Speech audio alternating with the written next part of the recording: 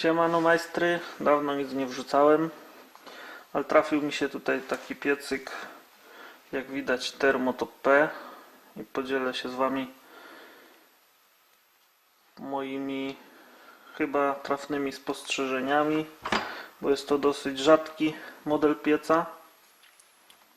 Jak widać jest identyczny budową do Thermotop C i absolutnie nie ma żadnych różnic.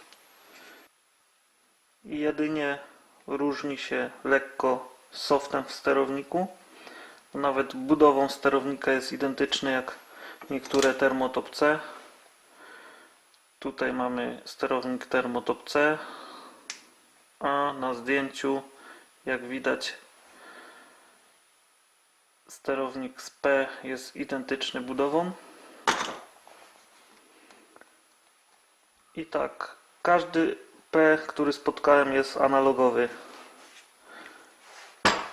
Sterowanie analogowe. Jeszcze za chwilkę zamontuję go na stanowisku testowym i pokażę tą jedną delikatną różnicę w działaniu tego pieca. Jak rozkręcić ten piec i sprawdzić poszczególne elementy, to już pokazałem na innych filmach. Oczywiście na modelu ZC, a jeżeli jest identyczny, no to w ten sam sposób. Czy pompkę, czy świecę, tak samo się testuje, czy rozkręca się go identycznie tak samo. Ta delikatna różnica w sofcie w sterowniku sprawia, że Thermotop P załącza pompkę wody impulsowo. Więc w razie gdybyście trafili na taki piec, to nie jest usterka, po prostu on tak ma. Piec, jak widać, zainstalowany na stole. Łączy się jak każdy analog przez CE dla rynku wtórnego. I tak jak niektóre piece,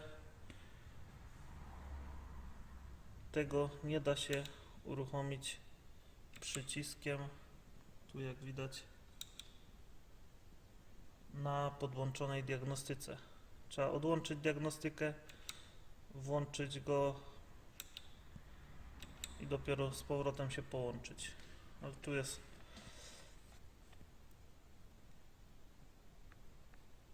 możliwość uruchomienia z programu.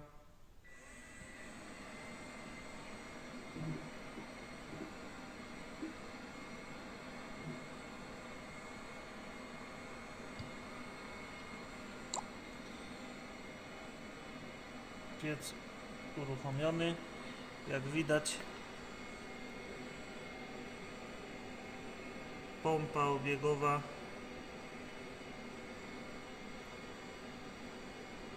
włącza się impulsami.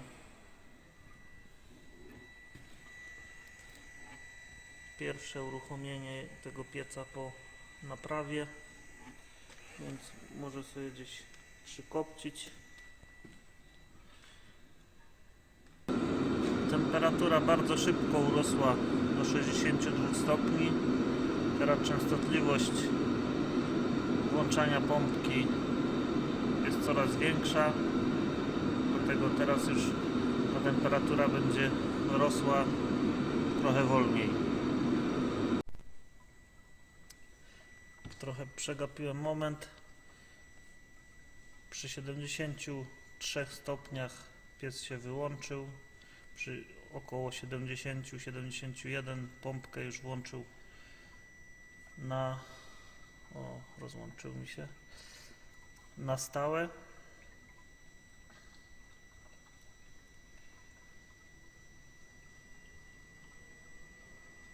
No i przy 73 się wygasił.